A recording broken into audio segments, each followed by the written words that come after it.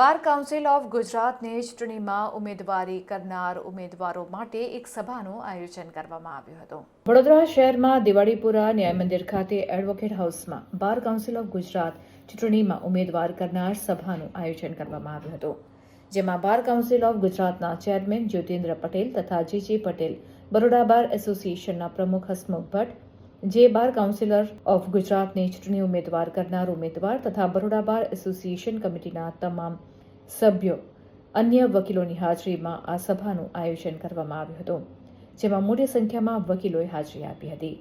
આ સંદર્ભે બાર કાઉન્સિલના ચેરમેન જ્યોતિન્દ્ર પટેલ, જે પટેલે મીડિયા સમક્ષ માહિતી આપી હતી। સમગ્ર ગુજરાતના વકીલોની માતૃ સંસ્થા બાર કાઉન્સિલ ઓફ ગુજરાતની ચૂંટણી 6મી માર્ચે છે। આખા ગુજરાતના વકીલો 6મી માર્ચે એના પ્રતિનિધિને ચૂંટણા માટે મતદાન કરશે। પ્રચારના ભાગરૂપે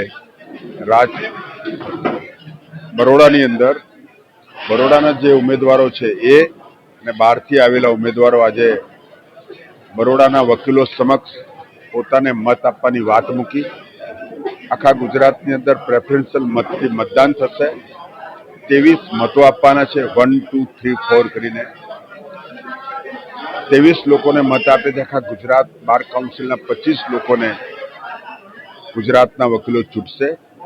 એના માટે દરેક ઉમેદવારે પોતાના વિચારો, પોતાનો પક્ષ વડોદરાના વકીલો સમક્ષ મૂક્યો। એના માટેની આ સભા હતી। ધન્યવાદ। બાર કાઉન્સિલનું 6 માર્ચ 2026ના રોજ ઇલેક્શન છે।